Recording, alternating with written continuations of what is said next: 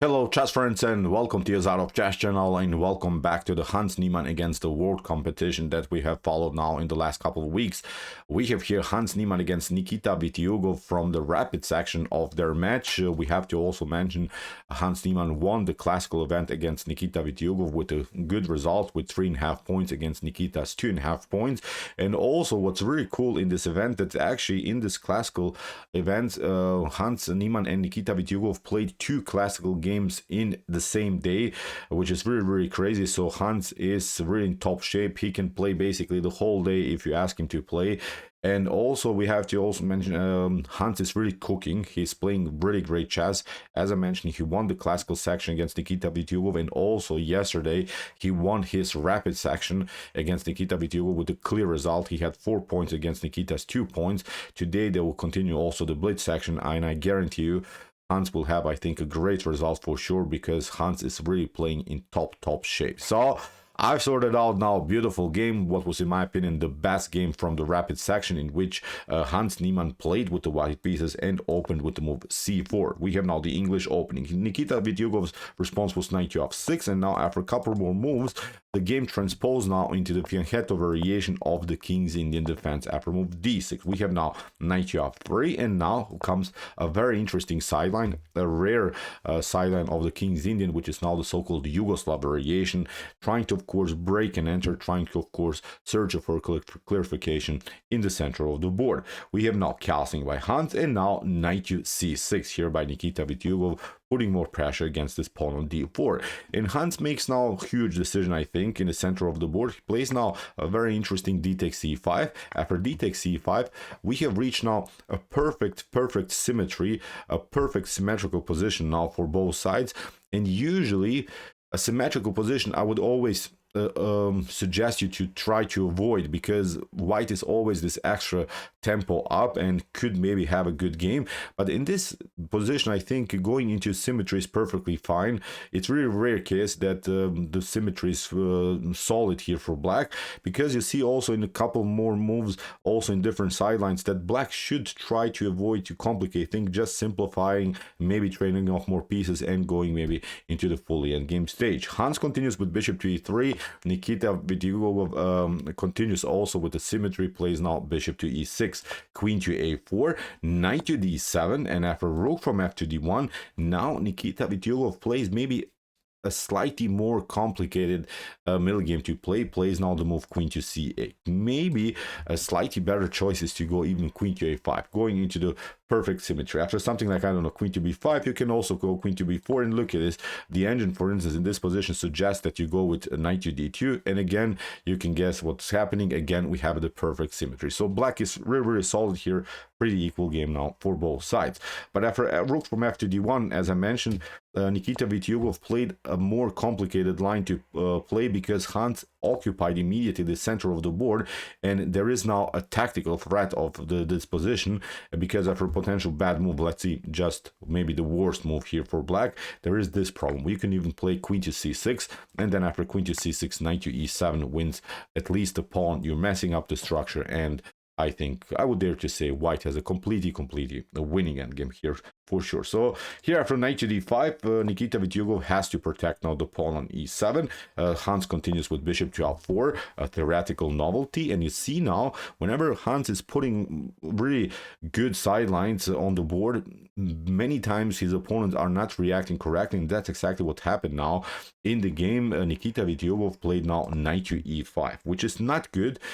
Obviously, the threat by Hans was to play knight to c7, the fork against both of these rooks. But you can play against this, but again, you can guess what black should do. Black should go again into symmetry, or at least trying to do a symmetrical setup of these bishops, because after bishop to f5, you can go for your fork, but now we pick up this one. You pick up your rook here, and after queen to e8, rook to b1, look at this rook is getting captured for sure by one of those bishops. So again, you get your exchange back, you get a healthy position, and nothing gained, I would say, also here for white. But after bishop to f4, Nikita Vitiugov doesn't react correctly. He plays now the move knight to e5, and now comes the actual problem that we have talked about symmetrical position. White is always this extra tempo up and has, I think, good chances to occupy maybe the open files, to have an extra activity, to maybe create a simple threat that could bother his opponent. So that's why after knight to e5, Hans simply simplifies the game till the end and trades off more pieces. But now he is the lord of the d file, and that's now something that bothers, I think, now Nikita Vitiugov in the game, because Nikita Vitiugov lost now simply the battle on the only open file on the d file. And what should you do now from Black's perspective? We should have to also mention that the knight on d5 is such an unpleasant piece to handle here for Black. You could maybe trade it off, but in a potential sequence here, c takes d5, you're trying maybe something like c4.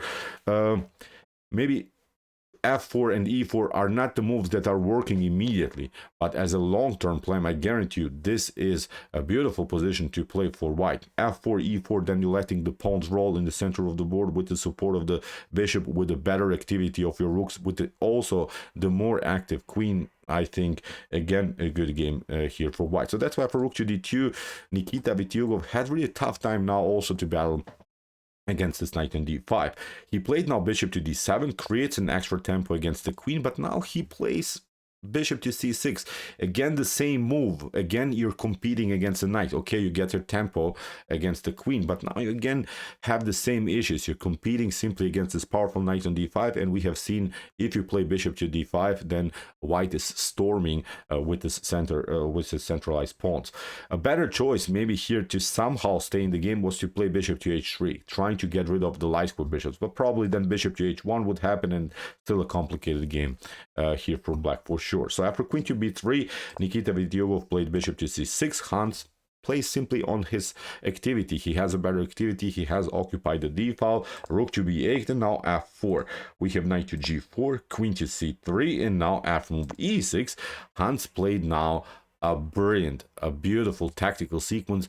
It's not one of those tactical sequences that wins you the game immediately, but it keeps you the attacking flow, it keeps you the better activity, it keeps you good chances. So here Hans played an amazing knight to f6.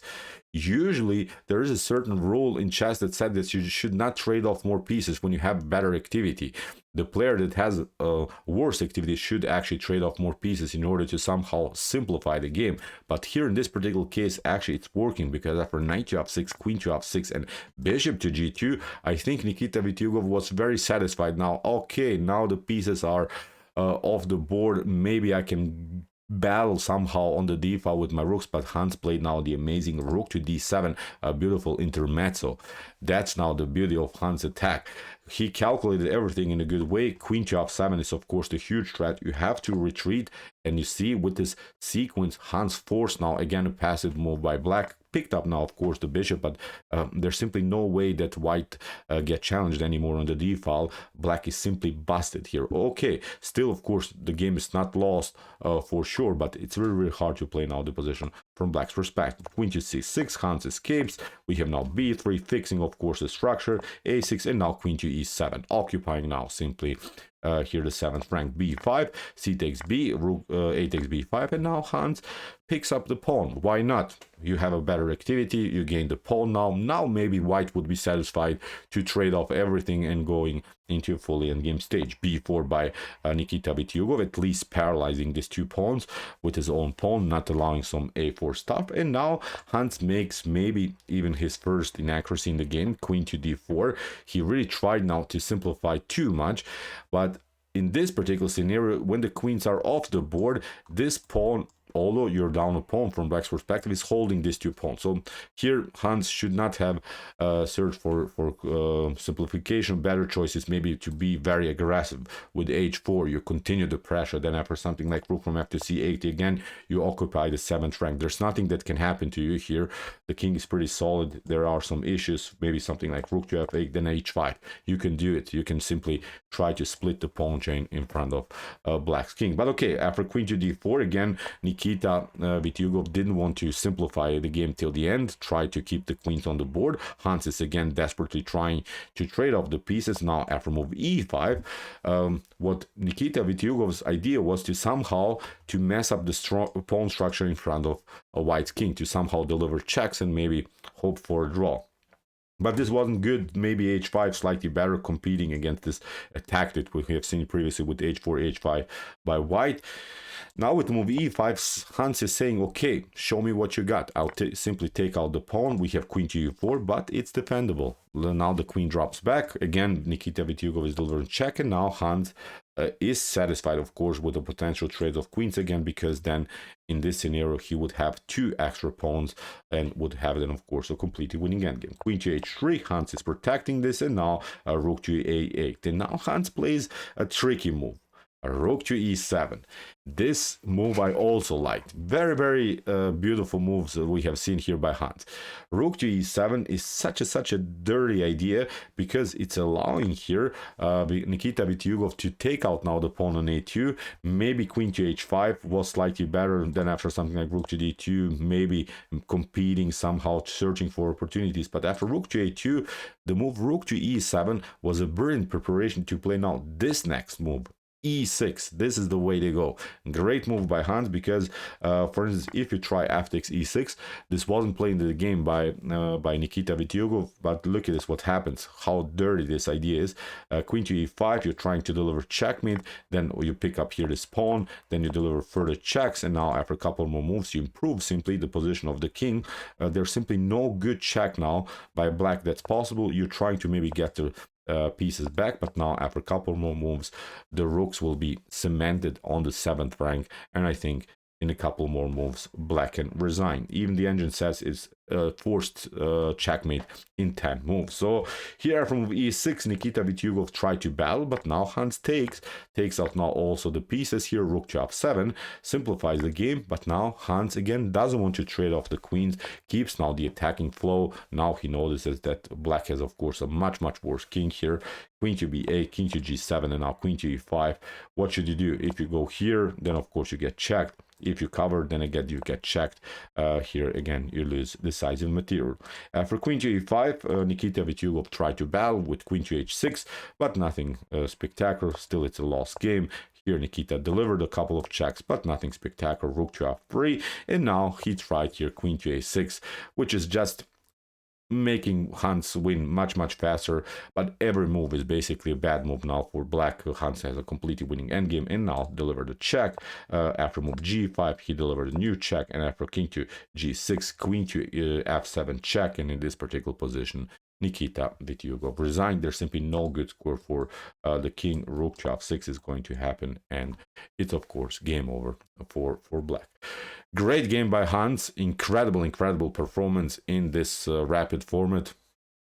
Really, playing against the symmetry is sometimes really tough, because black has gained equality in an early stage of the game, but you have to keep attacking chances. Hans found them. Used, of course, a couple inaccuracies by his opponent, but is now the deserved winner of the rapid section in his match against Nikita Vitiugov. So, okay, I hope that you enjoyed this game. I really enjoyed it a lot. Interesting ideas here of this Yugoslav variation of the Fianchetto variation of the King's Indian Defense. If you want to see some other beautiful chess games from this event, check out our coverage. Here are some games that we have analyzed before, and if you like this content, hit the subscribe button. See you soon with some more videos, and what do we say in the end? Chess is the best, of course.